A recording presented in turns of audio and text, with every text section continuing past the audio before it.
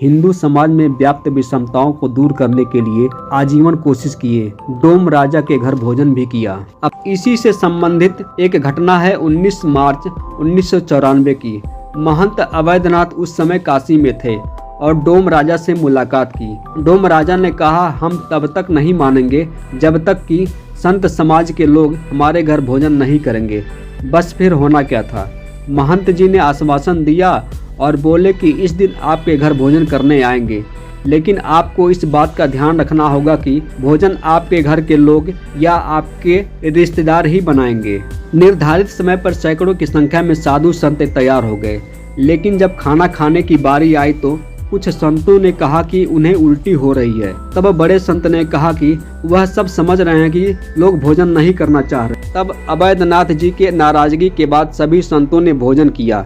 डोम राजा ने संतों को दक्षिणा देनी चाहिए तो बड़े महंत ने कहा कि मैं आपका दक्षिणा लूंगा तो मीडिया वाले प्रचार करेंगे पैसों के लिए भोजन करने आए। जब सभी संत घर जाने लगे तो डोम राजा के घर की महिलाएं भावुक होकर कहने लगे कि आज हम जाने कि हम हिंदू हैं।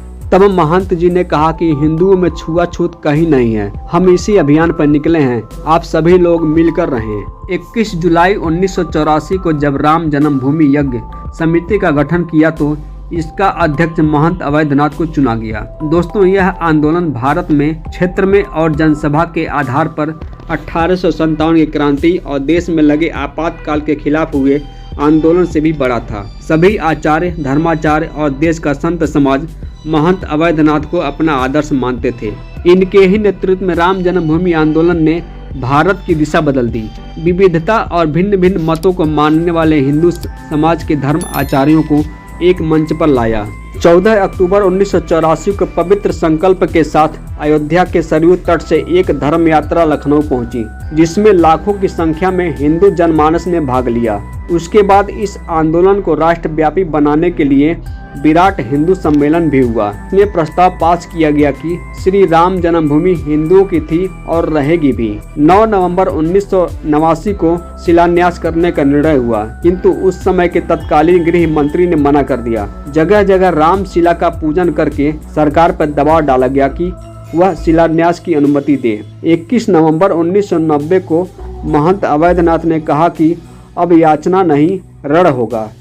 इसी कारण एक बार फिर वे 27 फरवरी 1991 को राजनीति की ओर देखा और गोरखपुर संसदीय क्षेत्र से बीजेपी के टिकट पर चुनाव लड़े। उनके नेतृत्व में कई प्रतिनिधि मंडल प्रधानमंत्री से मिलते रहे। वे स्वयं 3 बार प्रधानमंत्री पीवी नरसिम्हा राव से मिले पर सफल नहीं हो पाए। दोस्तों, राम मंदिर उनके जीवन का एक सपना था। वे चाहते थे कि मेरे जीवन काल में ही राम मंदिर बन जाए, पर ऐसा नहीं हो सका।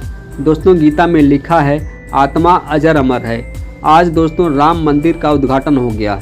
यह सब देखकर उनकी आत्मा खुश हो रही होगी, क्योंकि यह सब कार्य उनके ही शिष्य योगी आदित्यनाथ की देखरेख में हो रहा है। दोस्तों, 12 सितंबर 2014 को महंत अवैधनाथ का ब्रह्मलीन होना कोई सामान्य घटना नहीं थी, बल्कि एक इच्छा मृत्यु जैसी घटना थी। दोस्तों, डॉक्टरों के अनुसार उनकी मृत्यु 2001 में ही हो सकती थी। पेनक्रियाज के कैंसर से पीड़ित थी। ऐसे मामले में लोगों की बचने की संभावना बहुत कम होती है। यही बात बताते हुए डॉक्टरों ने ऑपरेशन से मना कर दिया और डॉक्टरों ने यह भी बताया कि अगर ऑपरेशन सफल रहा तो मात्र 3 साल तक ही जीवित रह पाएंगे। फिर भी महंत अवैधनाथ 14 वर्ष तक जीवित रहे। दोस्तों, वे चाहते थे कि उनकी मृत्यु अपने गुरु दिग्विजय नाथ के पुण्यतिथि पर मंदिर में ही हो। इसी अवसर पर गोरखनाथ मंदिर में हर साल महंत दिग्विजय नाथ के पुण्यतिथि पर एक सप्ताह भर का कार्यक्रम होता है।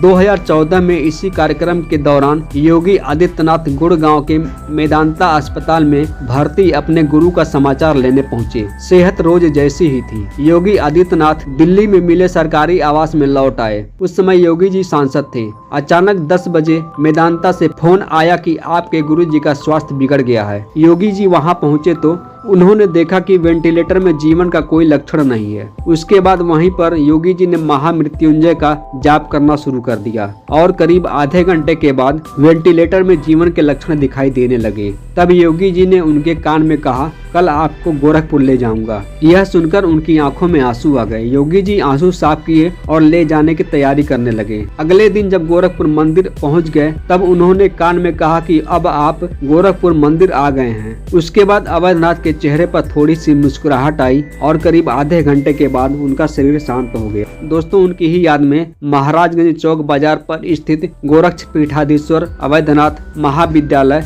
का नाम रखा गया है।